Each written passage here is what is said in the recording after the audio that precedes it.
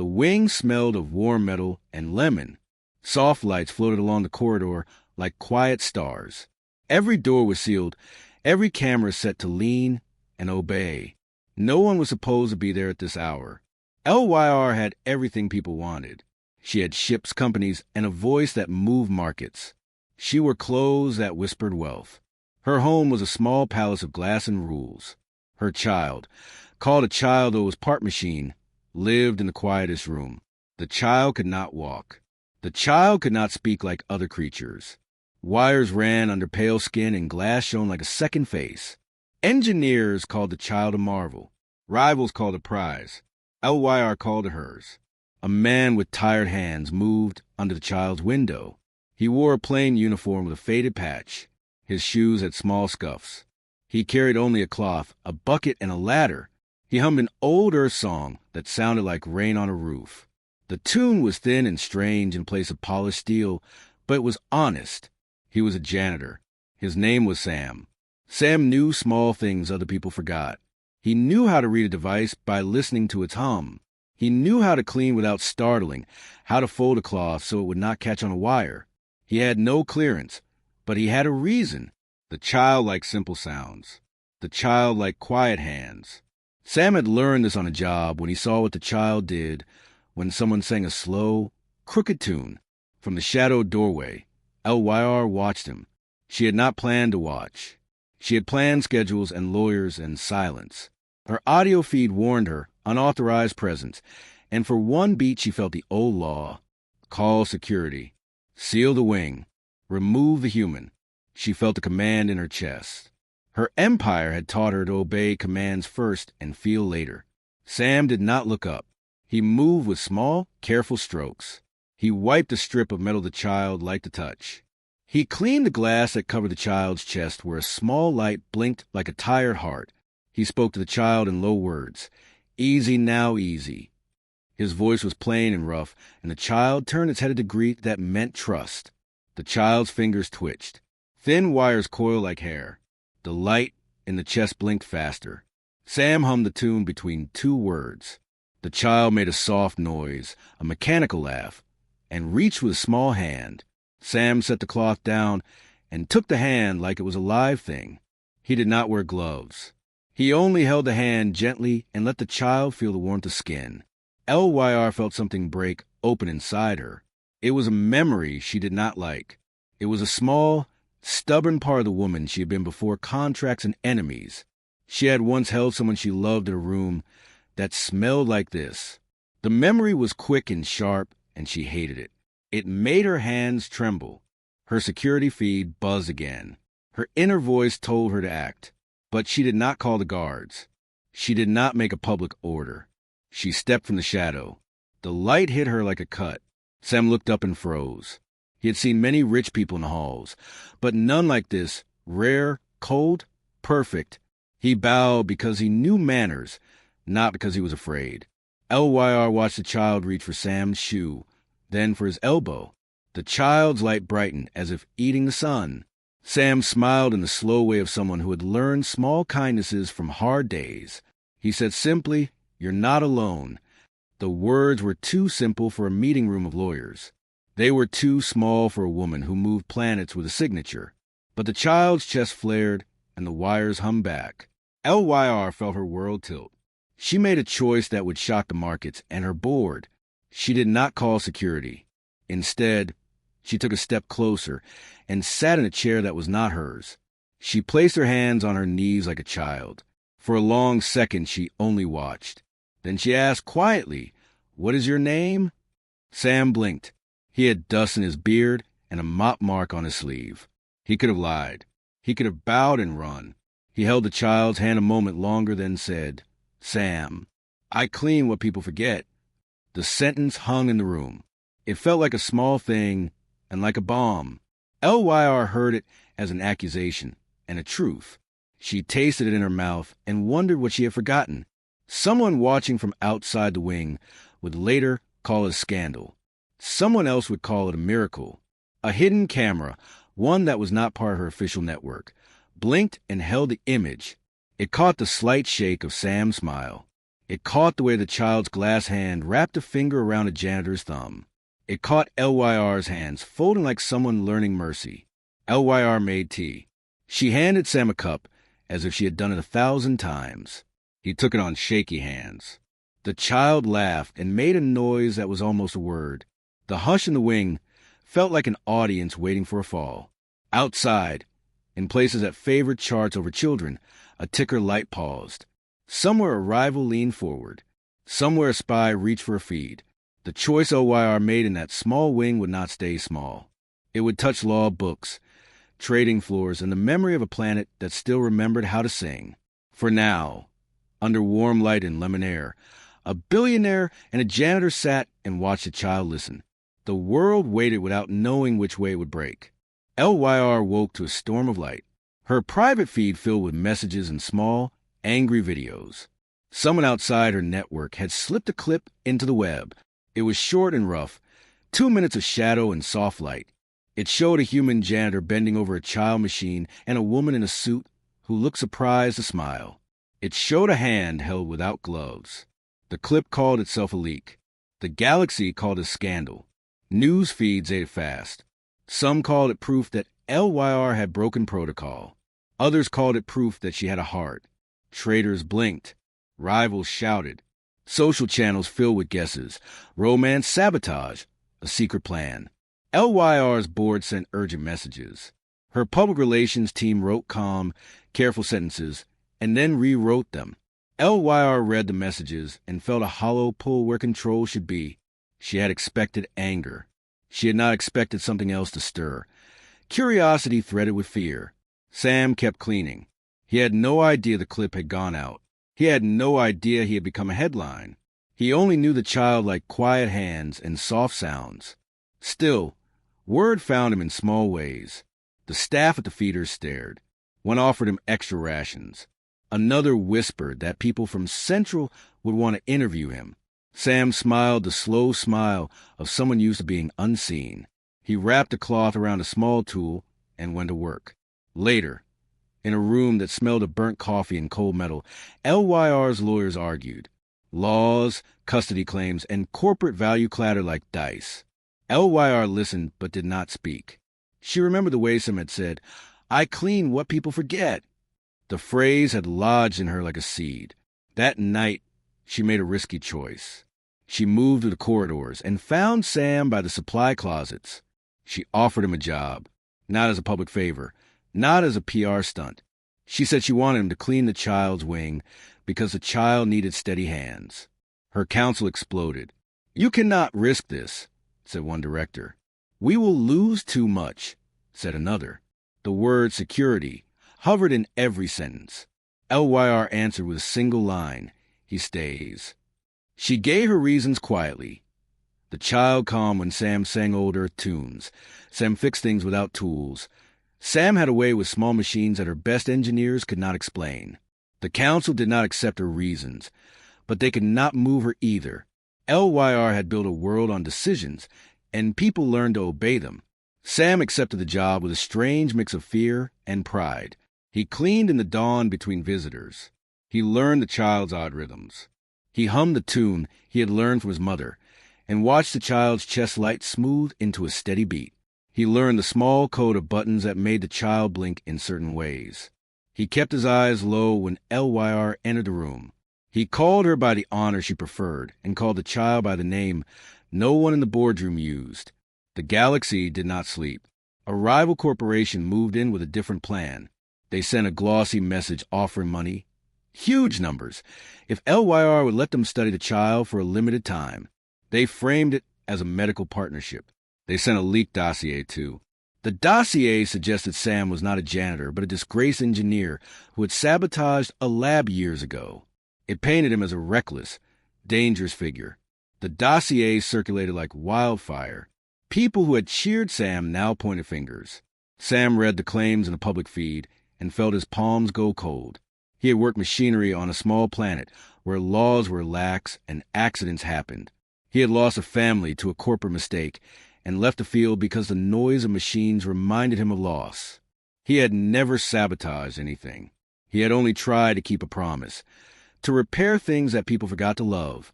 The dossier did not know this. The dossier made him sound like a threat. LYR saw the fear on his face and felt something close to shame. She pushed back. She ordered a private review of Sam's history. She brought in a small team of engineers and told them to treat Sam's skills as art, not disorder. They watched him work. Sam cleaned a joint in the child's arm and then, almost by accident, he tightened a tiny screw that none of the engineers had noticed. The child's fingers flexed and then relaxed like someone who had slept. "What did you do?" an engineer asked. Sam shrugged. "I found a loose thread," he said. "It was making the rhythm trip." The engineers looked at monitors. A line of code blinked awake in a shallow module that had been quiet for years. The module held a folded piece of memory, a short burst of data that the engineers thought lost. The child hummed and the module opened a little like a shell. On one tiny display, a word blinked. Home. News of the blinking word traveled faster than the feed. The rival corporation sent men with polite faces and hard eyes. They wrote in legalese and then threatened force. LYR read their messages and slammed them into a file of things she would not give away easily. She tightened security around the wing. She redoubled the watchers. Yet when night came, she could not sleep. The word home kept coming back to her like a tide. Sam did not know what the word meant for the galaxy. He only knew it made the child reach for him more often. He hummed the old tune, and the child began to sing small noises that matched his hum. LYR watched them and felt a weight shifting. Her empire had commands to follow, and yet this little signal, home, echoed in places she had long sealed. Outside the palace, the rival corporation made its move. A team boarded a shuttle and pointed it at LYR's wing. Their faces were blank with contracts, and their hands were steady. They had orders that said, retrieve. They believed they were right. They believed money could buy all truth. Their shuttle rose in the dark. Inside, Sam cradled a small hand and whispered, "We will keep you safe." The child answered with a clearer sound this time, home. The word hung in the room and in the dark beyond the window. Somewhere in the black, a light moved, an unauthorized approach detected by a single, quiet sensor. LYR's calm whispered the alert to her ear. She lifted her head. The woman who had never blinked at war plans now felt a new kind of fear. She stepped to the window and watched the dot grow against the stars. The dot would soon be a ship. The ship carried people who believed they had legal claim. The ship did not know the small hands it would meet. LYR closed her fist and turned to Sam. She saw the way he held the child and felt a decision harden in her jaw. She would not let the child go easily. She had chosen this path. The ripples had begun. The galaxy readied itself to see how a billionaire and a janitor would fight for home. Night fell like a heavy curtain. LYR watched the dot of the rival ship grow larger against the stars. Her security feeds sang warnings. Her lawyers typed angry messages. Her board called. She answered none. She moved through halls that smelled of polished metal and strong coffee. She walked to the child's wing and found Sam sitting on a low stool, holding a small hand as if the hand were a bird. Sam looked up when she entered. He had a smear of oil on his cheek and a quiet look in his eyes. The child's chest light blinked slowly. The word home still echoed in the files. LYR did not speak about markets or law. She only asked, "Can you move fast?" Sam smiled, small and tired. "I have to," he said. "I don't like people who think machines are only parts. I fix things. I run tunnels. I know the small doors." They planned in silence. LYR gave directions, but they were not the kind her generals used. They were simple, which doors had soft locks, which cameras were loops, where the old maintenance maps hid. Sam knew those maps. He had once worked under a different moon cleaning vents and sealing pipes. He knew the little mistakes people made when they built big things. Outside, the rival ship dropped quiet shadows. The rival team wore faces like broken glass. They were polite at first. Their calm said they would come with law and care. Under that politeness was steel. They had read the dossier. They thought Sam would be an easy excuse to take the child. Sam and LYR waited until the ship's first tendrils arrived. Then they moved Sam carried only a small bag of tools and a ladder. LYR wore a quiet cloak and false papers that would later confuse the courts. They left through a door that the cameras rarely checked. It led to a web of old tunnels meant for cleaning robots and repair drones. The tunnels were small, and Sam fit like he had been born there. The rival team walked through the main corridor with guards and flashlights. Their leader tapped a tablet and watched maps update. They thought they knew every inch of LYR's wing. They did not know the smell of old grease or the way Sam's fingers found a loose grate. Sam pried it up with his bare hands and dropped into the tunnel like water into a well. The tunnels were narrow and dark. Pipes ticked inside. Rats, small, clever things, scurried away. LYR followed close, carrying the child in a padded sling. The child was still calm. Its small hand wrapped around Sam's thumb as if it trusted him more than any machine could. A rival scout rounded a corner and nearly stepped into the tunnel air. He frowned and spoke into his calm movement below, he said. A bright light swept the entrance. Sam and LYR froze in the dark. The scout moved on. The light left. Sam breathed slow. They crept past maintenance rooms, through a forgotten control shaft, and up a service ladder into an old observation deck. The deck gave them a view of a silent hangar and a single rival shuttle waiting like a shark. Sam adjusted the child's sling and checked a small port on the child's chest. He whispered a tune. The child hummed back. They had not planned to run forever. The plan was to hide the child long enough for LYR to leverage her power and for the world to make a choice. But plans change when men with orders and weapons believe their rights are greater than a child's life. The rival team found them not in the wing, but in a service corridor. Their leader walked in with 6 guards. He smiled a legal smile, and then showed his hand, which held a compact device, an EMP pulse starter meant to shut down machine cores and make any machine easy to carry. He said, "We will take the child. It is the legal thing. Comply, and there will be no harm." Sam stood between the guards and the child. He had no weapon. He had folded cloths, a wrench, and an old habit of finding a weak point and making it fail. He watched the device in the leader's hand like a man watching a match. The leader did not know Sam had once fixed machine hubs by jamming small pins. Sam also knew that EMP devices like clean contacts and steady cables. Sam moved like a man who knew how to count to 3. On 2, he ducked. On 3, he flung the cloth he held. It hit the leader's hand and unbalanced the EMP starter for a fraction of a breath. The device clicked against metal and let out a small spark. A guard lunged. Sam grabbed the device and twisted. The device blew a fuse and went silent, useless as old light. The guard were angry and surprised. LYR's private security came fast, but the rival team was well trained and fast too. Shouts filled the corridor. Cameras blinked. Somewhere, a world turned its head to watch. In the chaos, a young engineer from LYR's side, one who had watched Sam work earlier, shouted that the child's core interface was responding to simple touch. He pointed to a panel that had been taped in haste. "That panel," he cried. "It's linked to a dormant defense module.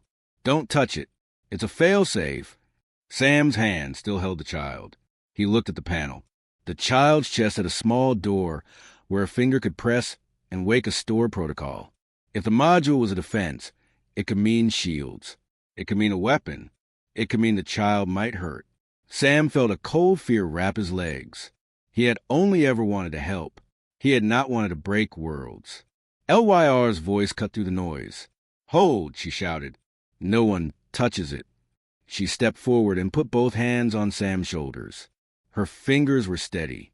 Her voice was a command from a woman used to storms. The guards paused. The rival leader smiled with teeth that never reached his eyes. "Safekeeper for us," he said. "You will be paid, or we take force."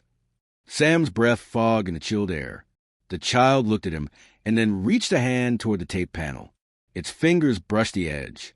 The room seemed to tilt. In the same second, somewhere in the child's chest, a tiny relay blinked awake. A soft, almost musical note escaped the child like a whisper. It was not loud, only a few cycles of frequency, but it was old. It matched nothing LYR's engineers could name. The rival leader froze. Sam's heart hammered. He did not know what the relay would do. He only knew the child trusted him and that he had to keep it safe.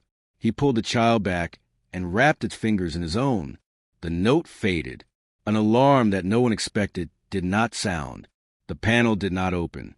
But on a far feed in a distant listening post, someone heard the whisper and sat very still. The whisper had an address.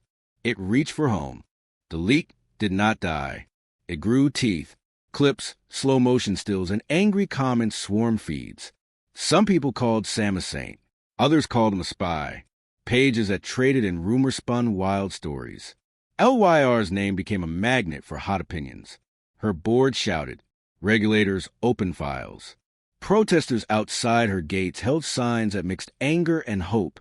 LYR moved like a woman, with little sleep. She read threads that attacked her, and threads that begged her to protect the child. She felt the market's pulse under her skin. Stocks dipped. Contracts froze. Still, she held fast. The child stayed. The world watched. The galaxy wanted a judge. An orbiting tribunal answered. It set a fast hearing. Cameras would stream the session across systems. Legal minds and lobbyists packed the virtual rooms. LYR's rivals filed suit, claiming she endangered public safety and broke custody law. They wanted the child removed for study. Their legal papers smelled of money and strategy. Sam did not want fame. He wanted clean floors and quiet songs. Now, he found himself a symbol on banners and in feeds. People from poor neighborhoods and lost towns sent small gifts, old tools, hand-stitched patches, a recorded lullaby. A wave of small donations popped up to support him. The crowd loved his simple truth. I clean what people forget. In the tribunal, alien judges wore robes that flickered like oil. The rival company's counsel spoke in careful, cold sentences. They showed charts of market value and risk. They spoke of patents, of military potential, of asset control. LYR's lawyers answered in careful law. LYR sat quiet, hands folded, but her eyes burned. Sam stood on a small platform. He wore a clean shirt and the same quiet face he wore when he fixed a stuck hinge. The child sat in a padded case beside him. It seemed calm, yet its fingers twitched at the edges. It had begun to speak new sounds, half-human phrases and half-strange math. It called Sam friend. When the tribunal played the leak clip, viewers across the galaxy watched a simple touch that changed everything. The rival counsel rose and walked forward. He had practiced the lines that would make judges nod. He called Sam reckless. He said Sam's history proved he was dangerous. He asked the court to hand the child to a neutral research group. Sam's voice was small. It did not plead for prizes or money. He spoke like a man who had learned to say only true things. I clean what people forget, he said again. I clean what is broken because someone needs to feel safe. This child is not a prize. It is not a file. It is a life that listens. I will keep it safe. The court buzzed. Cameras picked up the whisper of a soft song behind Sam's words, the old earth tune he had hummed in the child's wing. The child's light shivered. Someone in the audience sniffed and turned the mute on. Opinions shifted. Then the rival counsel did something LYR had feared. He asked for a physical inspection. He claimed the child might hide a defense protocol that could harm people. He wanted the child opened and tested under court oversight. The judges debated. The legal route smelled like steel and no kindness. Outside the chamber, a quiet group waited. Engineers who had seen Sam at work. One young woman, who had once watched him fix a stubborn servo, stood and spoke into a private channel. If they touched the core wrong, she said, it could trigger a failsafe. It is old human design. It's not meant to hurt people. It is meant to protect. But we do not know how a court team will handle it. The judges heard. They took a vote. They ordered a controlled inspection, but demanded the child stay in Sam's hands until experts could arrive. The rival counsel scowled and then produced a device hidden in a sleeve, a compact EMP starter meant to neutralize machine cores during transport. The courtroom air grew cold. He argued it was standard. Sam felt the device like an animal scent. He saw its tiny coils and neat casing. He thought about old factories where men dropped a wrench and killed a machine forever. He thought about childhoods lost to careless switches. LYR stepped forward. Her voice, when she spoke, did not sound like market orders. It sounded like a parent. "No," she said. "Not here. Not like this." The rival counsel smiled, as if law were a toy. He reached toward the device. The child's hand twitched at the motion. Its small fingers brushed Sam's sleeve. For a breath, nothing seemed to happen. Then the court lights flickered. Screens stuttered. A soft pop rolled through the room like a distant drum. Devices showed frozen frames. The EMP starter on the counsel's hand fizzed and died. Microchips went quiet for a second and then rebooted. The streaming feed cut to static across half the viewers. People shouted. Legal assistants scrambled. Engineers swore. The rival counsel swore, loud enough to be heard on every channel. He slapped his hand his device and found only a cool dead metal. The room smelled faintly of singed plastic. At the center of the calm chaos, the child made a sound that was not machine and not speech. It pulsed. 3 short notes, soft as a bell. That pulse rode the silence left by the failed tech. It was tiny and clear.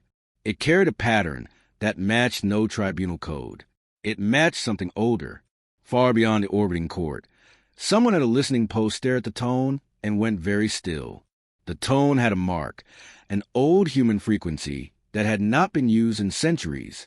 The listener's hand trembled as he typed a single word, Earth. Back in the chamber, people felt the change like a cold wind. Cameras returned. The rival counsel cried foul and accused sabotage. LYR only looked at Sam. His hands trembled, but he held the child. The child's light steadied and blinked once like a wink. No one yet understood the full reach of that small pulse. Some thought it was a freak interference. Others whispered of defense protocols and hidden beacons. But across the black between stars, a distant that had been sleeping for long years began to glow. It answered the tiny human note with a single slow blink. The tribunal fell silent. Every feed turned to the horizon.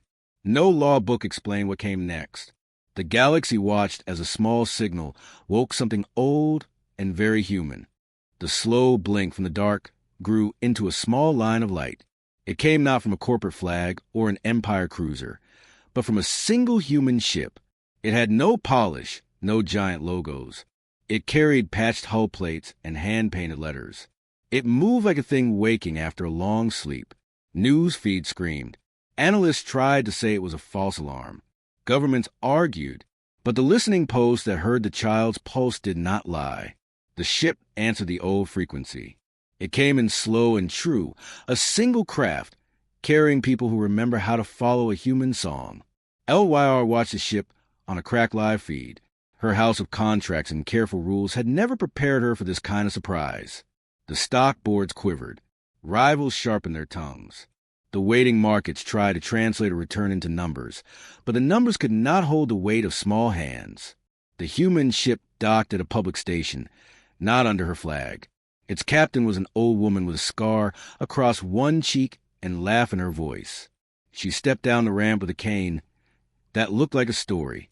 Behind her came children with dirt under their nails and engineers who wore welded smiles. They had come for one thing, to hear home. The press called them survivors. The historians called them myth.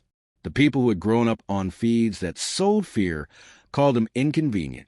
But when they walked into the tribunal's listening room, they did not carry demands. They carried songs, old tools, and the simple truth that humans keep promises. LYR could have used the moment for profit.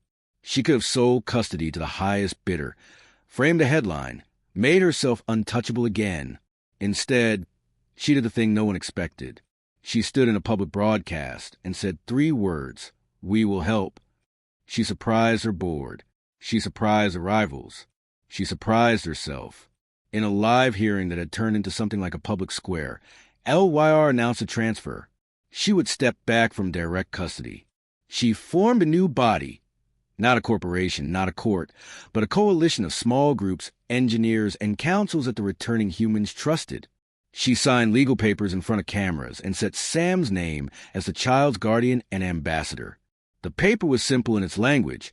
Protect, educate, Return home when ready. The galaxy watched a billionaire give something up. The markets loosened like a held breath. Some investors screamed. Others, oddly, called it brave. LYR redirected funds she had once used for private armies into a program to restore human data, rebuild lost archives, and protect small communities. It was money she had always seen as a tool. Now she used it to stitch a future. Sam stood on a small stage when the papers were signed. He wore his plain shirt and a face the world had come to know. People cheered and jeered. The cheers were louder. Children from across systems sent drawings. Old engineers sent spare parts. People prayed in small ways that were not data-driven. They sent songs, recipes, letters that smelled like home. The child, the pale thing with wires and glass, looked at Sam and then at the arriving humans. When one of them hummed a note that matched Sam's tune, the child's chest glowed like sunrise. It spoke a name that had been folded away, a family name that belonged to Earth. The small word carried miles of memory. People cried. Not everyone was happy. Rival firms filed protests and private suits. Some political leaders tried to block the coalition, but the sight of a battered human ship, of a child waving a hand toward home, changed even coal mines. Alliances formed in corridors where money once ruled. Small donors and small nations pushed the legal wheels in a new direction. The galaxy had watched a janitor hold a child and decided that tiny, honest things could matter. Sam did not want the title ambassador. He accepted it because a child needed a face that would not sell promises for profit. He asked only for a small crew of helpers. People who could read old machine code. People who could bake bread. People who knew how to patch a hole with hope. LYR provided the resources. The returning human captain lent ships. Engineers shared old blueprints. Together they fixed a broken data net that would let lost families call each other across light years. There were miracles in small measures. A damaged antenna on a distant outpost was fixed with a cloth and a wrench. An old lullaby appeared in the market of files and made an orphan sing. The child learned to walk with steps that were slow and proud. Its first real step was not a scientific event so much as a human one. A small foot on a ramp, a wobble, and a laugh that sounded like wind in a thin field. The final scene was not fireworks and treaties. It was simple. LYR stood on the deck of a clean but modest ship and watched as Sam knelt to sweep a landing ramp. He moved with the same care he had always used. He hummed the old tune. The child walked toward the ship in slow, steady steps, helped by small hands from the returning crew. It climbed with effort and joy. LYR felt tears she had not allowed herself in years. She did not call them weakness. She called them the truth. She had learned that power could be used to protect what is small, not only to take what is large. As the ship rose with the child and Sam aboard, the camera lingered on one small detail. The janitor's cloth, folded and clean, tucked next to a map of old Earth routes. LYR watched it until the dot vanished into the stretch of stars. Then she turned away to meet a fleet of missions that would help rebuild, remake, and remember. The galaxy did not suddenly change into a kinder place. Laws and greed and small cruelties remained. But the story of a billionaire who chose mercy, a janitor who chose to protect, and a child who carried the memory of Earth passed from feeds into legend. People in quiet places began to sing again. Engineers began to patch archives. Small ships learned to listen for old human notes. In the end, the greatest shock was not money nor tech. It was that simple hands, simple songs, and stubborn small kindness had unlatched an old door. The universe learned a new habit. Never underestimate a human who hums.